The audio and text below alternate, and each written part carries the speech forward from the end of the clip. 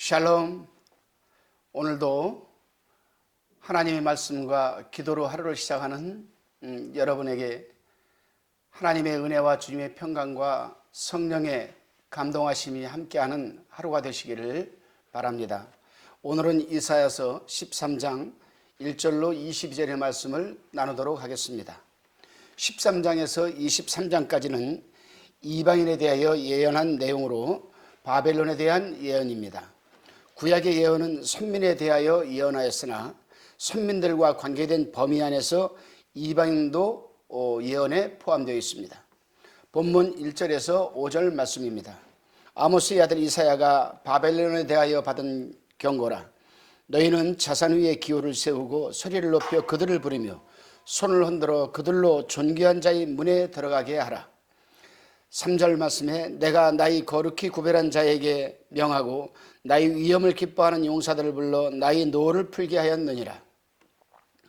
산에서 무리 소리가 나며 많은 백성의 소리 같으니 곧 열국 민족이 함께 모여 떠드는 소리라.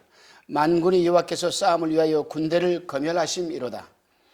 무리가 먼 나라에서 하늘가에서 왔으며 곧 여호와와 그 진노의 병기라 온 땅을 멸하려 함이로다. 아멘.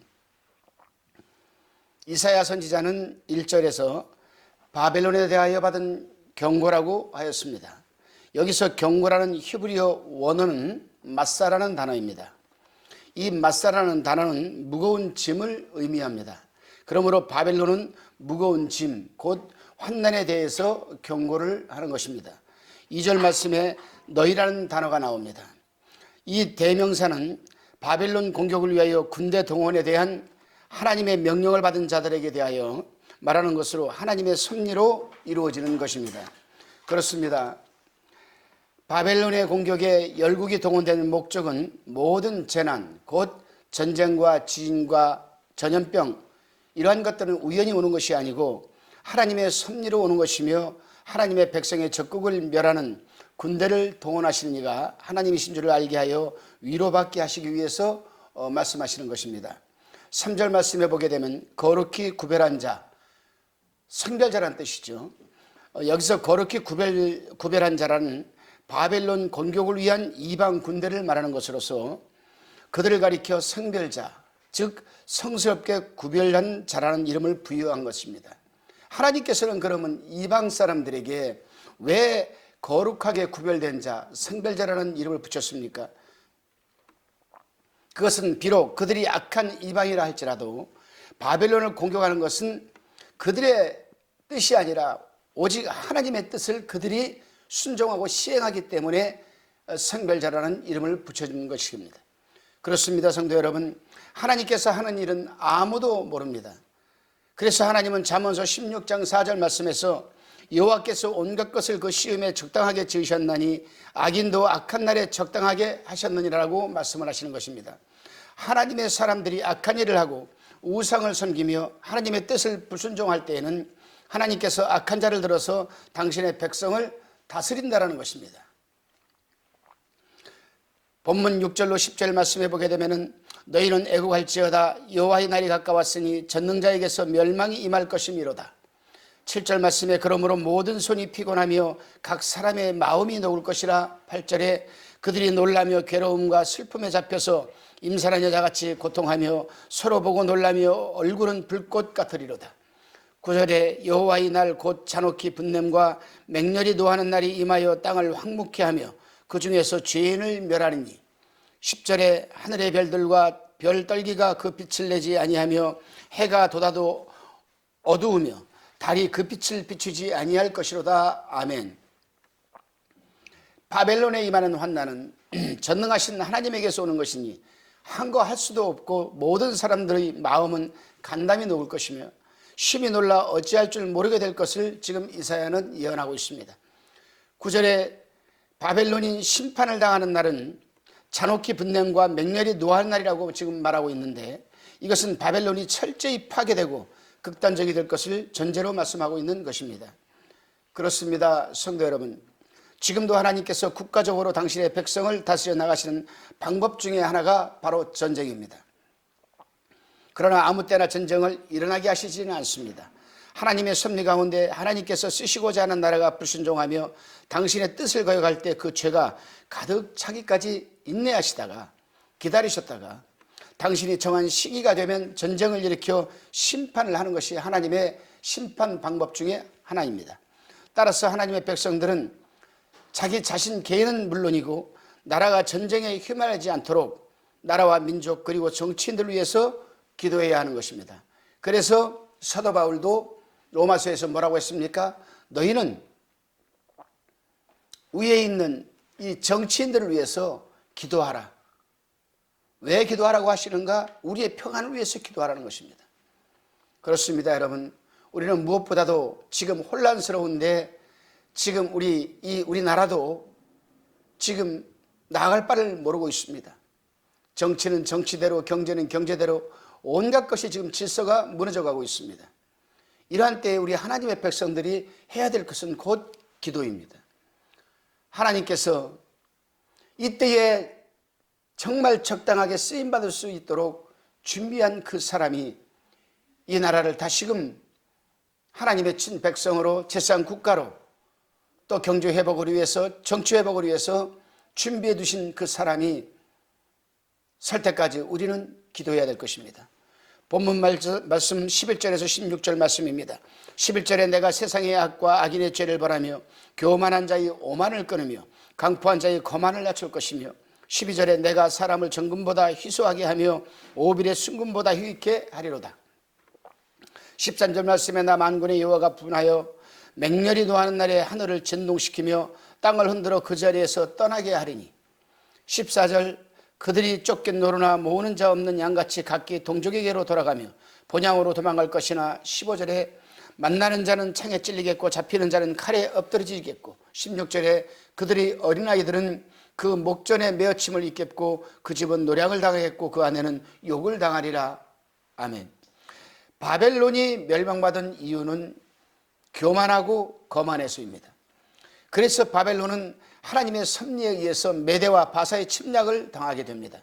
천지가 진동하는 것처럼 두렵고 거기 거주하던 외국인들이 더 살지를 못하고 도망하며 간신히 고국으로 돌아가고 메대와 바사 군대는 만나는 사람마다 모조리 죽이는 살상 행위와 가옥은 군대의 약탈을 당하고 부녀자들은 강간을 당할 것을 지금 이사야는 슬픈 마음으로 예언을 하고 있습니다.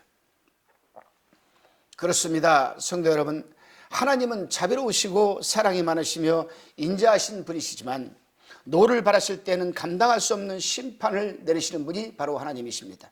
그러기에 하나님은 당신께서 그러한 노를 바라지 않게 하기 위해서 구약시대에 그러셨던 것처럼 지금도 말씀을 통해서 주의 종들을 통해서 경고를 하고 계시는 것입니다.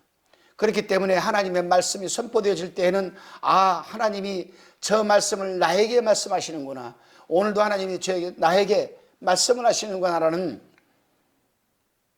깨달음을 갖고 순종하며 그 말씀에 버릴 것은 버리고 고칠 것은 고치고 회개할 것은 회개하는 역사가 우리에게 일어나야 할 것입니다. 본문 말씀 17절로 22절 말씀입니다. 17절에 보라, 은을 돌아보지 아니하며 금을 기뻐하지 아니하는 메대 사람을 내가 격동시켜 그들을 치게 하리니 메대 사람들이 활로 청년을 쏴 죽이며 태의 열매를 긍휼히 여기지 아니하며 아이를 가식이 보지 아니하리라. 19절에 열국의 영광이요 갈대아 사람이 자랑하는 놀이개가 된 바벨론이 하나님께 멸망당한 소돔과 고모라 같이 되리니 20절에 그곳에 처할 자가 없고 거할 사람이 대대에 없을 것이며 아라비아 사람도 거기 장막을 치지 아니하며 목자들도 그곳에 그 양떼를 쉬게 하지 아니할 것이요 오직 들짐승들이 거기 엎드러지고 부르짖는 짐승이 그 가옥에 충만하며 타조가 거기 깃들이며 들량이 거기서 뛸 것이요 22절 말씀에 그 궁성에는 시랑이 부르짖을 것이요 화려한 전에는 들깨가 울 것이라. 그의 때가 가까우며 그의 날이 오래지 아니하리라. 아멘. 17절에서 보라, 은을 돌아보지 아니하며 금을 기뻐하지 아니하는 메대 사람을 내가 격동시켜 그들을 치게 하리니 라고 합니다. 이 말씀은 메대와 바사 군대가 바벨론을 침략하고 파괴하는 목적은 은금을 취하는 데 있지 않고 일찍이 자기들을 압박한 바벨론에게 복수하려는 데 있음을 의미하는 것입니다. 그렇습니다. 성도 여러분, 지금 자신이 힘이 있다고 해서 비천하고 힘이 없는 자들을 억압하고 힘들게 해서는 안 되는 것입니다. 언젠가는 그 비천하고 힘이 없는 자들로부터 되돌림을 당할 수가 있기 때문입니다. 하나님이 징계와 심판을 받은 바벨론의 황폐한 참상을 열거하고 있습니다. 여기서 보게 되면 소돔과 고모르처럼 될 것이라고 하고, 저 거주하는 자가 없고 사람이 살던 가옥에는 사람 대신 들짐승들이 가득할 것이며 궁성에는 시랑이 부르질 것이며 화려한 전에는 들깨가 울 것이라고 예언을 합니다. 저는 이 말씀을 묵상을 하면서 화려한 전에는 들깨가 울 것이라고 예언을 하는 이 말씀에 저는 깊은 생각을 해봤습니다. 그렇습니다, 성도 여러분. 오늘날도 화려한 전에, 겉만 번들어한 전에는 끝내 들깨가 울고 마는 시대가 올 겁니다. 우리가 히브리어로 성전을 카알이라고 합니다. 이 카알이라는 단어는 구약시대 때, 이 카알이라는 단어는 우리가 예배드리기 위해서 만드는 정말 번들어하고 화려한 엄청 큰 성전을 의미하는 게 아닙니다. 여기서 카알이라는 단어는 하나님이 불러 모은 무리를 얘기합니다. 이 단어가 쓰여지기 시작한 배경을 보게 되면 애굽에서 종살이하던 그들을, 이스라엘 백성들을 하나님께서 광야로 이끌어내어서 광야에서 모세에게 성막을 만들 식양을 보여주며 그대로 지으라고 했습니다. 그들이 장막을, 하나님의 성막을 짓고 하나님 앞에 나와 예배드리는 그때부터 카알이라는 단어가 사용되기 시작을 했습니다. 신약 성경에서는 이 단어가 에클레시아라는 단어로 바뀝니다. 이 에클레시아라는 단어도 똑같은 의미를 가지고 있습니다. 그러니 성전의 1차적 의미는 우리가 눈에 보이는 예배당이 아니라 우리 마음의 성전을 의미하는 겁니다. 애굽에서 종살이하던 그들을 불러내어서 하나님의 성전 삼아서 그들을 통해서 하나님이 예배를 받으시고 영광을 받으시는 것처럼, 오늘날도 세상에 속해서 온갖 죄와 허물로 살아가던 우리를 불러주셔서 예수 그리스도의 십자가의 죄사함의 은총과 구속의 공로를 입게 하시고 모래알처럼 무수히 많은 사람 가운데서 우리에게 믿음을 주시고 아바 아버지라 부를 수 있는, 그래서 우리를 성전 삼아 주신 그 하나님의 성전은 바로 우리 마음속에 있다는 겁니다. 오늘날도 그렇다면 겉만 번드르르한 그리스도인, 겉만 번드르르한 주의 종, 그러한 사람들은 언젠가는 그 마음의 성전이 무너져 내려앉고 들깨가 거할 것이라고 합니다. 들깨의 특징은 뭡니까? 늘 굶주려서 먹잇감을 찾아서 먹잇감을 보면은 물고 뜯고 찢고 하는 특성이 있습니다. 겉만 번드르르한 화려한 바리새인과 같은 사두개인과 같은 그런 겉만 번드르르한 그리스도인들은 그 마음의 성전, 성령이 임재하고 계시는 그 마음의 성전이 무너지는 동시에 물고 뜯고 찢고 하는 들깨가 거주하고 만다는 겁니다. 그래서 사도 바울은 고린도 교인들에게 그 말씀을 했습니다. 너희 마음이 하나님의 성전인 것을 너희가 알지 못하느뇨? 고린도전서 3장 16절 말씀에서 말씀하고 있습니다. 그렇기 때문에 우리는 물고 뜯고 찢는 그런 특성을 가진 들깨가 우리 마음에 있는 것이 아니라, 또 거주하게 해서도 안 되고 오직 우리 속에 내주하시며 순간순간 우리와 교통하시며 우리가 그 성령의 특성을 나타내 보이기를 원하시는 파베라시스, 그러한 삶을 살아내야 할 것입니다. 이사야가 예언한 이 내용은 성취되기 170년 전에 선포한 말씀인데, 선포할 당시 선포한 내용을 보아서는 성취될 가능성이 매우 희박해 보였고 상상도 하지 못했습니다. 아마 이사야가, 선지자가 이 말씀을 선포할 때 많은 사람들은 바벨론은 비웃고 말았을 겁니다. 아니 심지어 하나님의 백성들도 비웃고 말았을 겁니다. 왜냐하면 성취될 가능성이 없기 때문에.